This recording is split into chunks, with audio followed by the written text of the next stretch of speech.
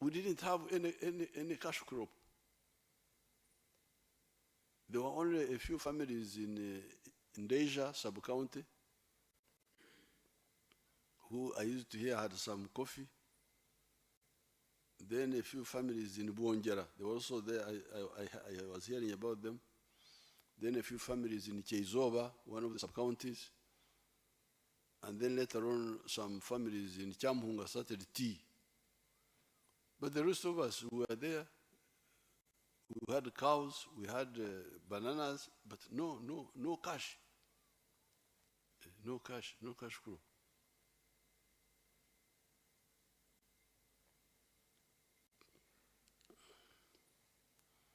I rejected this logic. The basic human needs here, this is basic.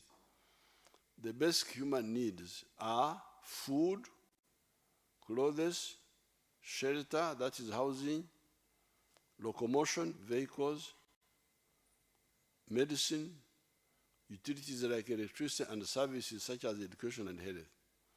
If you produce a product or a service for any of these purposes, it is potentially a cash product. All these are money. They are food, but also money.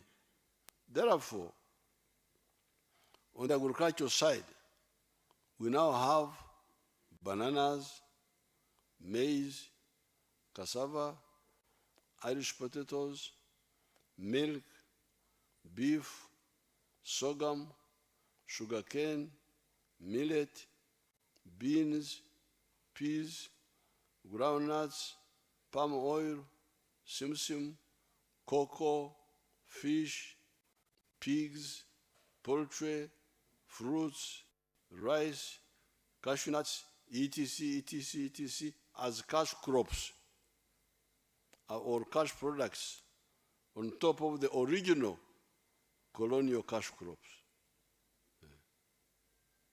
That's our situation. Bali bagamba nti omukaaga ffe tugamba nti 40 kumpi. Byonna bikola sente. Bino byonna byemenya wano. Phase 4, we have been insisting on value addition. Where we have succeeded, returns are very high. The milk industry was initiated, has expanded, and we are producing a number of final products such as long shelf, long haul liquid milk, long shelf life liquid milk, yogurt, ghee, butter, powdered milk, and derivatives from milk such as a protein known as casein, apparently needed in food supplements and medicine.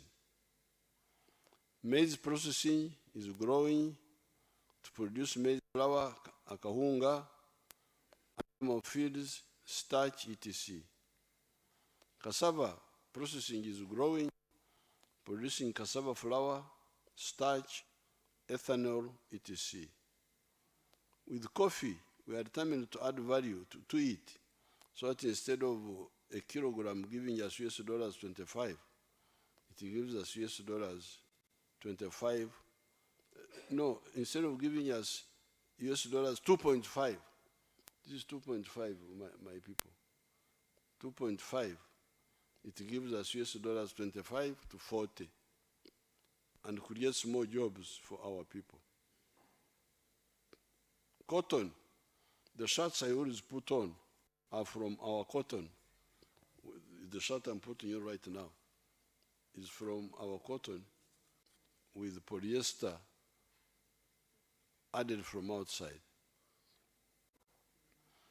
You Ugandans, please help us to get rid of imported clothes, including dead people's clothes.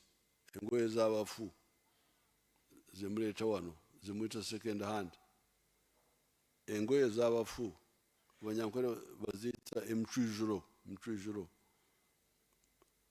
We scorn the US dollars 418 million per year on imported cloth. Phase 5 has been the introduction of the knowledge economy. This is the economy that is not just based on more processing of the mere processing of the raw materials. It involves the greater use of science and skills. This is where the automobiles industry is, the vaccines, the vaccine making, the assembling and manufacturing of computers and computer parts. That's where they come in. Our economy was US dollars 3.9 billion in 1986. It is now US dollars 55 billion. It has been growing at the rate of 6 years.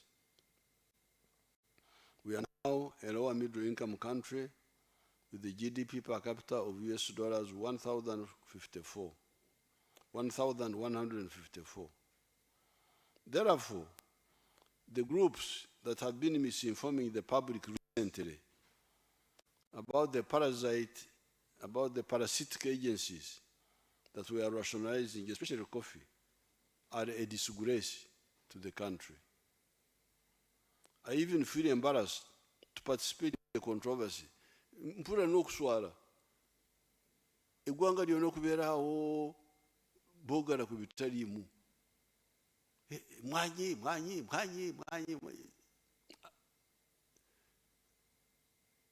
That's why I've called all these people to help you understand. Kiswaza n'okuswaza okusanga awo abantu baguumalidde mu bitaliimu eby'omugaso ne babyerabira. How could anybody who wants Uganda to grow spend even 1 week, let alone the 7 years we have spent on this subject, on this issue, discussing such an obvious issue? This sentence is mixed up. We shall sort it out. Suppose we had only coffee with our wonderful UCDA. How would the country survive? Because you see, coffee. Now suppose, okay, let's say, we now say, okay, thank you very much. Let's only do coffee. Kubanga UCDA, now another people are saying, coffee.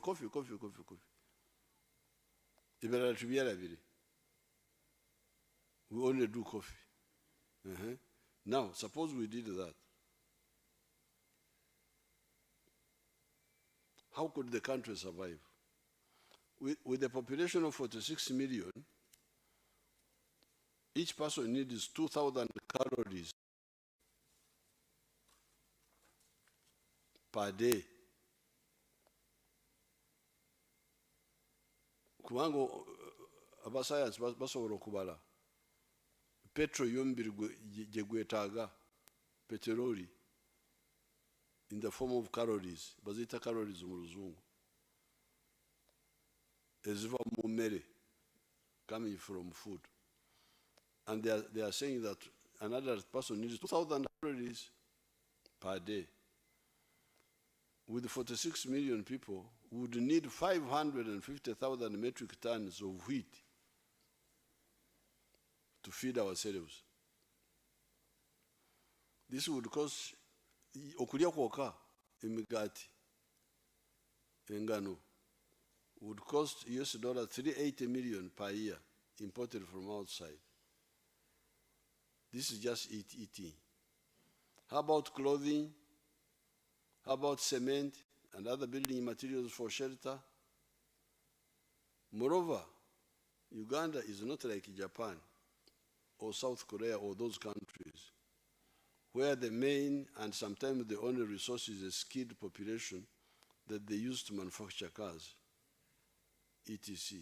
Uganda has both the human resource and the natural resource. We shall use them to create prosperity for our people. So therefore, while some of the people, the colonialists, were talking about coffee, cotton, and copper, and tea, tobacco, and tourism. For us, we are talking about 60 efforts. We are talking about 60 products, bananas, cocoa, milk, beef, maize, cassava. Cassava is going to be a very big money earner. It's already becoming one. Sugar cane, we are talking about all those. Then we are talking about the industrial products. We are not including the industrial products. Cement, what. We are talking about a full economy, not a partial economy. These side agencies, UNRWA, UCDA, DDA, etc., were a temporary measure. Were temporary measures that I accepted at the beginning of our government, mainly because of the low pay for our public servants and their low enthusiasm and motivation for work. The logic was that for particular projects, in order to ensure implementation, create a side group outside the public service, pay them well, and facilitate them well, so that the project is implemented. It was tied to particular effort.